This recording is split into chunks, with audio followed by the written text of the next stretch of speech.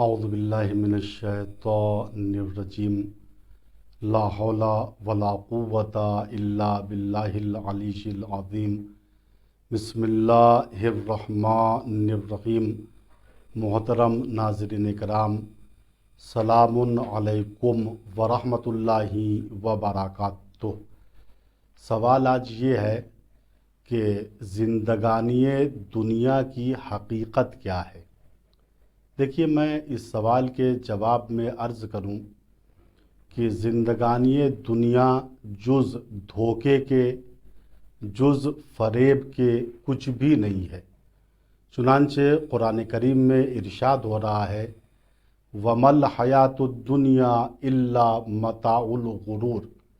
یاد رکھنا، زندگانی دنیا کچھ بھی نہیں ہے جز دھوکے کے، جز فریب کے۔ اور واقعاً اس دنیا میں فریب ہی فریب آپ کو نظر آئے گا۔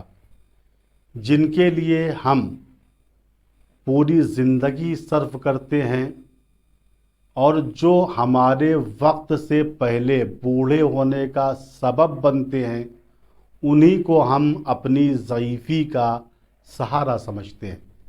اسی کو قرآن سورہ انفال میں اس طریقے سے توضیح دے رہا ہے وَاعْلَمُوا أَنَّمَا أَمْوَالُكُمْ وَأَوْلَادُكُمْ فِتْنَةٌ۔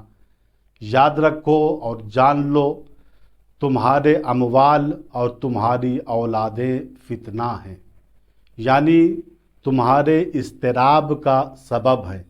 اگر ان کی خدمت کرنا ہے تو اس لیے نہیں کہ یہ ہمیں ضعیفی میں اچھی جزا دیں گے، اچھا صلہ دیں گے۔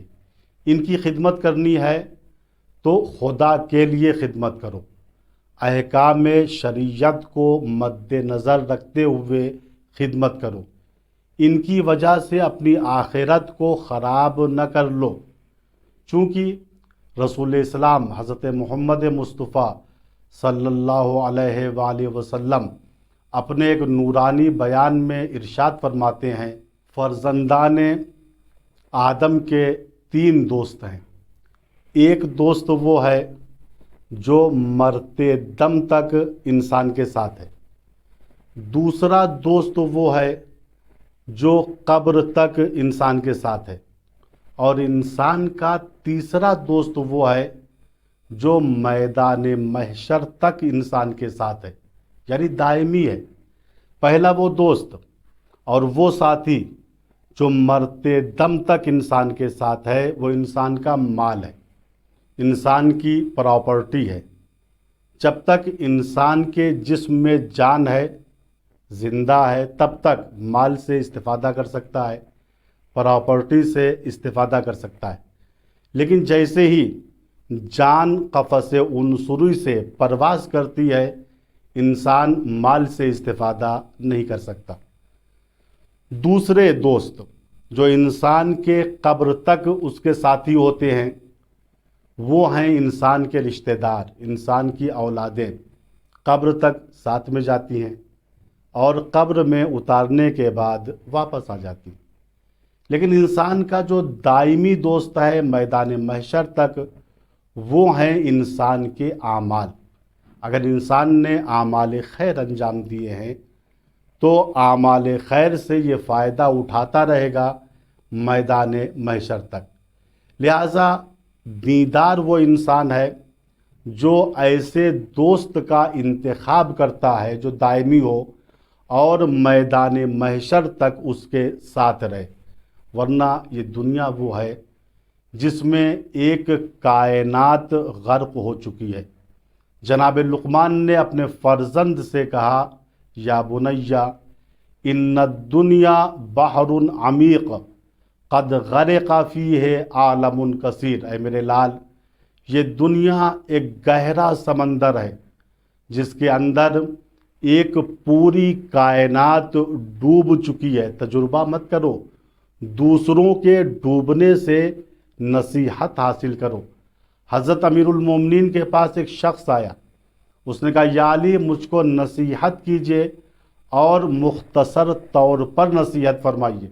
آپ نے فرمایا الدنیا حلالها حساب و حرامھا عقاب، دنیا وہ ہے اگر حلال طریقے سے کماؤ گے تو اس کا حساب دینا پڑے گا، اور اگر حرام طریقے سے کماؤ گے تو اس کے اوپر عذاب ہوگا، عقاب ہوگا۔ لہٰذا آخرت والا انسان وہ انسان ہے جو دنیا کو حلال طریقے سے کماتا ہے اور حلال جگہوں پہ خرچ کرتا ہے، اور اس کا حساب اس کو روز قیامت دینا بھی پڑے گا، اور ایسے میدان حشر اور محشر میں کھڑے ہو کر حساب دینا ہوگا جو آگ سے زیادہ گرم ہوگا۔ لہٰذا ہم کو چاہیے جہاں تک ہو سکے ہم دنیا دار نہیں بلکہ آخرت والے بنیں، چونکہ دنیا کیا ہے، جز دھوکے کے کچھ بھی نہیں ہے۔ ایک حکیم سے سوال ہوا کہ آپ بتائیں کہ دنیا کیا چیز ہے؟ اس حکیم نے عجیب و غریب جواب دیا۔ حکیم کہتا ہے، تم جاننا چاہتے ہو دنیا کیا ہے تو سنو، دنیا خواب ہے، خیال ہے، افسانہ ہے۔ پھر اس نے پوچھا اگر دنیا خواب ہے، خیال ہے، افسانہ ہے تو اس میں عمر انسان کیا ہے، اس کی ارزش کیا ہے؟ 60-70 سال کی جو عمر ہے اس کی وقعت کیا ہے؟ حکیم نے کہا سنو، یہ برق ہے، یعنی بجلی ہے، چمکتی ہے اور ختم ہو جاتی ہے، ایسی عمر انسان ہے، تھوڑے دن کے لیے ہے، پھر یہ عمر ختم ہو جائے گی۔ تو عمر انسان کیا ہے؟ کہا برق ہے، یعنی بجلی ہے، یا شمع ہے، یا پروانہ ہے۔ ان دونوں کی عمریں بھی بہت قلیل ہوتی ہیں۔ پھر سوال کرنے والے نے حکیم سے سوال کیا، جب یہ دنیا خواب ہے، خیال ہے، افسانہ ہے، تو لوگ اس کے پیچھے بھاگ کیوں رہے ہیں، لڑائی کیوں کر رہے ہیں، جھگڑا کیوں کر رہے ہیں، اس دنیا کے لیے ایک دوسرے کی جانیں کیوں لے رہے ہیں؟ حکیم نے جواب دیا، یا مست ہیں، یا سوئے ہوئے ہیں، یا دیوانہ ہیں۔ ناظرین کرام، آپ نے غور کیا، جو لوگ دنیا کے پیچھے بھاگ رہے ہیں واقعاً یا وہ نشے میں مست ہیں، یا سوئے ہوئے ہیں، یا دیوانہ ہیں۔ ہم خداوند متعال سے دعا کرتے ہیں، خدایا ہم سب کو آخرت والا بنا، ہم سب کے دلوں سے محبت دنیا کو نکال دے۔ والسلام علیکم ورحمۃ اللہ وبرکاتہ۔